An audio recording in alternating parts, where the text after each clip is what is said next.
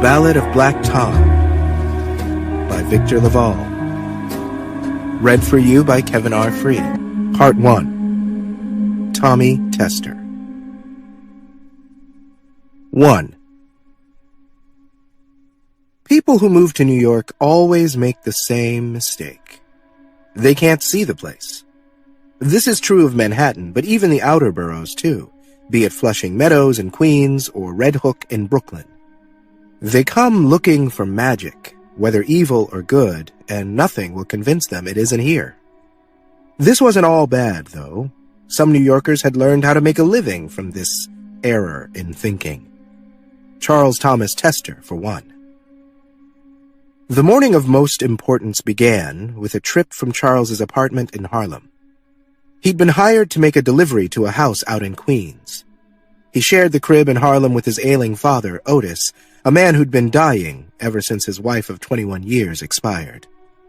They'd had one child, Charles Thomas, and even though he was 20 and exactly the age for independence, he played the role of dutiful son. Charles worked to support his dying dad. He hustled to provide food and shelter and a little extra to lay on a number from time to time. God knows he didn't make any more than that. A little after 8 o'clock a.m., he left the apartment in his gray flannel suit. The slacks were cuffed but scuffed, and the sleeves conspicuously short. Fine fabric, but frayed. This gave Charles a certain look, like a gentleman without a gentleman's bank account. He picked the brown leather brogues with nicked toes, then the seal-brown trooper hat instead of the fedora.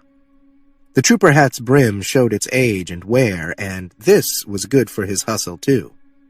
Last, he took the guitar case, essential to complete the look. He left the guitar itself at home with his bedridden father. Inside, he carried only a yellow book, not much larger than a pack of cards. In the apartment, Charles Thomas Tester went by Charles, but on the street, everyone knew him as Tommy Tester, always carrying a guitar case. This wasn't because he aspired to be a musician. In fact, he could barely remember a handful of songs, and his singing voice might be described, kindly, as wobbly. His father, who'd made a living as a bricklayer, and his mother, who'd spent her life working as a domestic, had loved music. Dad played guitar, and Mother could really stroll on a piano. It was only natural that Tommy Tester ended up drawn to performing, the only tragedy being that he lacked talent. He thought of himself as an entertainer. There were others who would have called him a scammer, a swindler, a con, but he never thought of himself this way. No good charlatan ever did. In the clothes he'd picked, he sure looked the part of the dazzling, down-and-out musician. He was a man who drew notice and enjoyed it.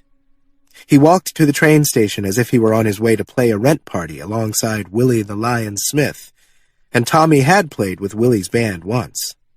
After a single song, Willie threw Tommy out, and yet Tommy toted that guitar case like the businessmen proudly carrying their briefcases off to work now. The streets of Harlem had gone haywire in 1924, with blacks arriving from the South and the West Indies. A crowded part of the city found itself with more folks to accommodate. Tommy Tester enjoyed all this just fine. Walking through Harlem first thing in the morning was like being a single drop of blood inside an enormous body that was waking up. Brick and mortar, elevated train tracks, and miles of underground pipe. This city lived. Day and night, it thrived. Tommy took up more room than most because of the guitar case. At the 143rd Street entrance, he had to lift the case over his head while climbing the stairs to the elevated track. The little yellow book inside thumped, but didn't weigh much. He rode all the way down to 57th Street, and there transferred for the Roosevelt Avenue Corona line of the BMT. It was his second time going out to Queens, the first being when he'd taken the special job that would be completed today. The farther Tommy Tester rode into Queens, the more conspicuous he became. Far fewer Negroes lived in Flushing than in Harlem. Tommy bumped his hat slightly lower on his head. The conductor entered the car twice, and both times he stopped to make conversation with Tommy. Once to ask if he was a musician, knocking the guitar case as if it were his own, and the second time to ask if Tommy had missed his stop. The other passengers feigned disinterest, even as Tommy saw them listening for his replies. Tommy kept the answers simple. "Yes, sir, I play guitar." And, "No, sir, got a couple more stops still."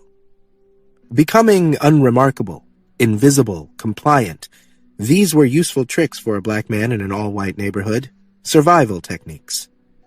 At the last stop, Main Street, Tommy Tester got off with all the others, Irish and German immigrants mostly, and made his way down to street level. A long walk from here.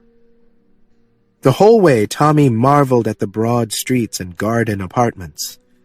Though the borough had grown, modernized greatly since its former days as Dutch and British farmland, to a boy like Tommy, raised in Harlem, all this appeared rustic and bewilderingly open. The open arms of the natural world worried him as much as the white people, both so alien to him. When he passed whites on the street, he kept his gaze down and his shoulders soft. Men from Harlem were known for their strut, a lion's stride. But out here, he hid it away. He was surveyed, but never stopped.